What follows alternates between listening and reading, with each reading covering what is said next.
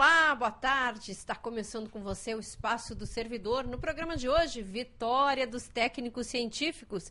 A Assembleia Legislativa derrubou o veto da governadora ao projeto de gratificação especial. Força, mobilização do Sintergs para essa conquista. IP Saúde, como fica o Instituto com possível entrada de ex-servidores, a repercussão para os atuais segurados e ainda a análise das imagens na penitenciária em Caxias do Sul demonstra não houve tortura por parte dos agentes. Você quer os detalhes? Então fique conosco, o Espaço do Servidor começa agora. Hoje o Espaço do Servidor começa com boas notícias e cumprimentando César Chagas, presidente do Sintergs, Sindicato dos Técnicos Científicos, sindicato que fez essa mobilização toda, incansável, permanente na Assembleia Legislativa para garantir essa gratificação aí de incentivo à pesquisa para os servidores. O placar foi ali apertado, mas o necessário foi conquistado, né? 28 votos pela derrubada do veto, 8 votos contrários. César, né, mais uma vez cumprimentos. E como é que foi essa tarde de votação lá na Assembleia? Qual foi o clima, o ambiente? Conta um pouquinho, né? Compartilha com nossos servidores aí como foram os bastidores aí dessa batalha. Foi uma conquista emocionante. Foi uma demonstração de mobilização, de força, que muitos não acreditavam que o sindicato pudesse levar tanta gente. Tivemos 300 pessoas dentro do plenário, mais 100 pessoas acompanhando lá do Dante Baroni, porque não tinha espaço para todos.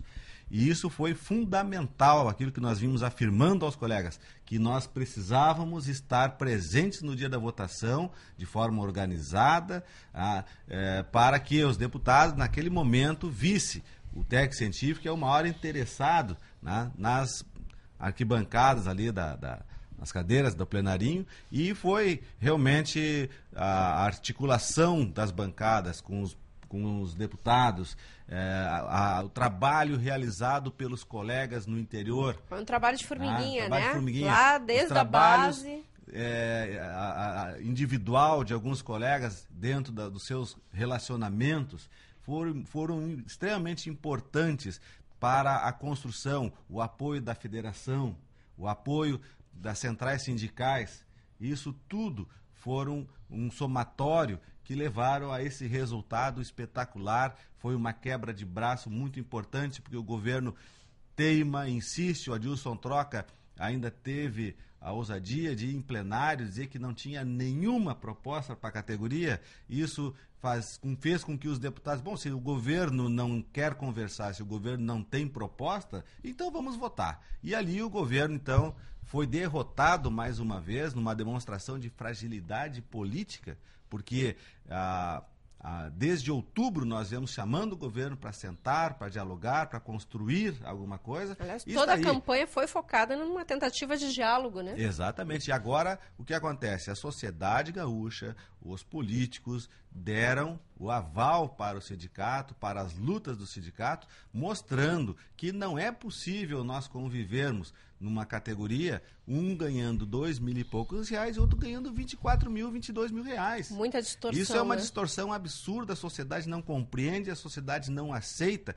que esse governo continue trabalhando para poucos, em detrimento da grande massa de trabalhador do serviço público. Nós precisamos fazer essa discussão, precisamos entrar com novos projetos, tentando melhorar essa situação, melhorar essa relação, e nos surpreendeu hoje.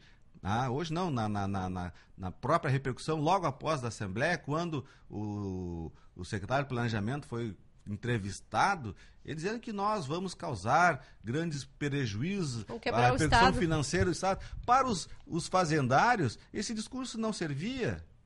Tinha dinheiro, a arrecadação a maior todos os meses, e agora quando vai para o técnico científico, que ele ganha 2 mil reais, ganha quase 10% do que essas categorias ganham, aí não pode, vai quebrar o Estado. Realmente eu acho que essa discussão toda foi muito importante, os discursos dos deputados que apoiaram foi extremamente... Tem que ter esse zelo pelas finanças públicas, Sem óbvio, dúvida né, alguma. que o Estado tem suas limitações, mas um zelo que deve valer para todas as categorias, né? Sim, exatamente, acho que essa situação é que a sociedade, através da Assembleia Legislativa, está cobrando agora da governadora, e nós esperamos que realmente a governadora não faça aquele recurso que ainda poderá caber de uma DIN contra essa decisão da Assembleia Legislativa, porque... Isso, eu ia te perguntar, agora para frente, qual deve ser a mobilização, César? A nossa mobilização... essa derrota imposta, né, ao governo, que mais uma vez não consegue fazer essa mediação política tão necessária, né, junto ao parlamento. Acho que essa derrota não magoa, não incomoda, que não vai deixar assim mesmo. Na verdade, Sandra, eu quero que fique muito bem claro que nós não temos no sindicato partidos. Nós não estamos disputando nada com o governo. Nós não estamos brigando com o governo, nós estamos defendendo um direito. Claro. Né? E um direito certo, reconhecido pela sociedade, né? E que o governo, infelizmente, continua discriminando essa categoria. Né? Então, na verdade, a gente sabe que o governo dispõe disso, mas nós vamos, a partir de agora, estabelecer uma nova relação de discussão, de diálogo, uma relação política, tentando demover o governo dessa possibilidade de haver esse recurso, já que isso foi poderá ser um enfrentamento com a Assembleia Legislativa, com a sociedade, num momento político muito importante. E nós tivemos recentemente em audiência com o chefe da Casa Civil, o secretário Bercílio, e ele mesmo disse para mim e para o meu vice-presidente que nós garantíssemos a vitória lá na Assembleia Legislativa, que ele, então, como chefe da Casa Civil, iria conversar com a governadora, fazer o trabalho necessário para que não houvesse... Reconhecendo a importância dessa decisão. Na tua opinião... César, a gente já disse isso, né, da mobilização dos servidores e tal, mas essa tua busca até de sempre ir para as bases, falar com o interior, vieram caravanas, né, a gente está num mês, num ano eleitoral, que os deputados ficam, né, evidentemente, mais sensíveis até aos apelos. Essa articulação que a FESERGS também, né, faz muito, ou seja...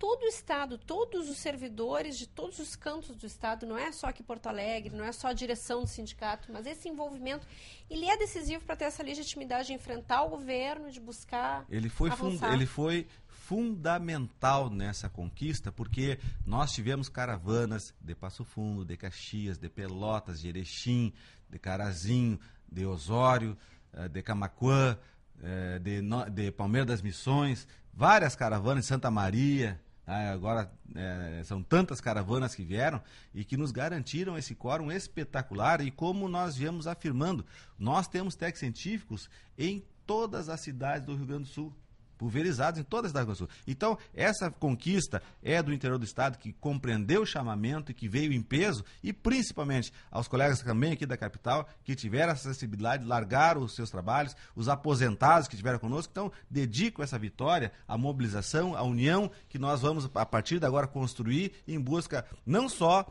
da garantia dessa gratificação, mas como uma busca de outros direitos que nós vamos tentar agora buscar na Assembleia Legislativa, construir a partir de agora, para o ano que vem, para a nossa categoria. Inclusive com os candidatos ao governo do Estado, que é a FESERGS está fazendo essa movimentação. E um agradecimento especial às bancadas que nos apoiaram, especialmente a bancada do PDT, a bancada do PT, parte do PMDB, e foram fundamentais do PCdoB, PSB, que realmente garantiram essa vitória. César, e caso o andamento seja mesmo no campo jurídico, o sindicato está preparado para fazer esse enfrentamento também? Sandra, essa ação direta de inconstitucionalidade é contra o ato da Assembleia Legislativa de sancionar essa lei. Então, o embate se dará nesse campo e nós estaremos apoiando com toda a nossa estrutura e principalmente trabalhando politicamente para apoiar a decisão da Assembleia Legislativa. Tá muito bem. Cumprimentos mais uma vez, César. E um outro assunto importante que tramita na Assembleia Legislativa é o assunto do IP Saúde para categorias como OAB e ex-servidores. Isso sem qualquer preparação técnica e financeira do Instituto. A gente foi conversar com um especialista também no assunto e traz a avaliação. A Tatiana Daniele traz a avaliação do Dr. Nelson Lacerda. Acompanhe. Doutor Nelson Lacerda, uma outra questão que agora em ano eleitoral está chegando para os servidores é a possível abertura do IP Saúde para ex-servidores, para servidores da OAB, para servidores das APAES, num momento em que o Instituto de Previdência recém começou a andar um pouco com as próprias pernas, foi um pouco revitalizado e agora pretende inchá-lo novamente. Como é que o senhor vê essa situação num Instituto de Previdência que não tem a mesma adequação que uma Golden Cross, que uma Unimed, esses outros planos de saúde? É utilizar qualquer tipo de ferramenta para fins eleitoreiros, né? O IP, infelizmente, é considerado falido e quebrado há muitos anos em quase todas as... não paga os precatórios, por exemplo, e o Estado acabou assumindo o caixa do IP. Ou não paga os precatórios porque o Estado nunca pagou aquilo que ele retém do servidor e deveria ir para o IP. Se fosse uma empresa, seria apropriação indébita. O Estado retém isso e o IP é falido por culpa do Estado, que não repassa o dinheiro que ele retém dos servidores públicos. O IP presta um péssimo serviço aos servidores públicos, quase a nível de INSS. Se agora nós abrirmos um IP desorganizado, com péssimo serviço para o servidor público, para mais outras categorias entrar, nós vamos ter o IP com um nível cada vez pior de serviço para quem entrar e para quem já está dentro obrigatoriamente. Eu acho que tentar fazer isso é só piada política. Inclusive sem nenhum cálculo e com cidades aqui no interior do estado que tem 1 ou 2 servidores na cidade no caso, para atender as pessoas. Os médicos, há um tempo atrás, também vinham se descredenciando. Então, é uma situação que não teria como a Instituto de Previdência aguentar, né? Não tem estrutura. Não tem estrutura hoje para atender os servidores e que já tem retido do seu salário uma parte dos valores. Quando o servidor recebe, ele tem retido a parte em que o Estado tinha que repassar para o IP. O Estado não repassa. O IP, por isso, é desestruturado e não tem condições de servir o servidor atual, que é obrigatório estar ali preso por obrigação, porque se tivesse outra opção, ele sairia do IP. Como é que alguém vai ser louco de entrar numa estrutura que não funciona para o próprio servidor? Ele vai agora entrar, pagar, e essa estrutura não funciona e não vão mudar essa estrutura, nem vão reestruturar porque não tem verba. A verba toda fica na mão do Estado. Então, e além disso, tem uma dívida monstruosa que grande parte da dívida de precatório de quase 6 bilhões é do IP. 60% dessa dívida é do IP. Então, o IP é endividado, não recebe as verbas do Estado, o Estado criou um caixa único, virou um embrolho, que juridicamente, inclusive, é ilegal, ou seja, o Estado não poderia fazer isso. O Estado se apropria do que ele recebe dos servidores, retém dos servidores e não repassa para lá. Se a empresa fizesse isso, seria apropriação indébita, seria crime, mas o Estado faz, ou seja, o Estado que tem que moralmente fazer com que todo cidadão cumpra a lei, ele não cumpre a lei. Ele não cumpre a lei com os servidores, ele não cumpre a lei com ninguém. É o Estado político brasileiro que, infelizmente, não cumpre as leis. Você está acima da lei e acaba punindo os seus servidores, do modo que os servidores públicos são punidos, e não dá reajuste, dá um péssimo serviço de assistência de saúde e punindo toda a sociedade. Tentar fazer um projeto desse é realmente uma piada política. Eu diria que é uma piada política. Fica, então, um alerta do Dr. Nelson Lacerda para que as pessoas pensem bem quando forem votar nas eleições deste ano.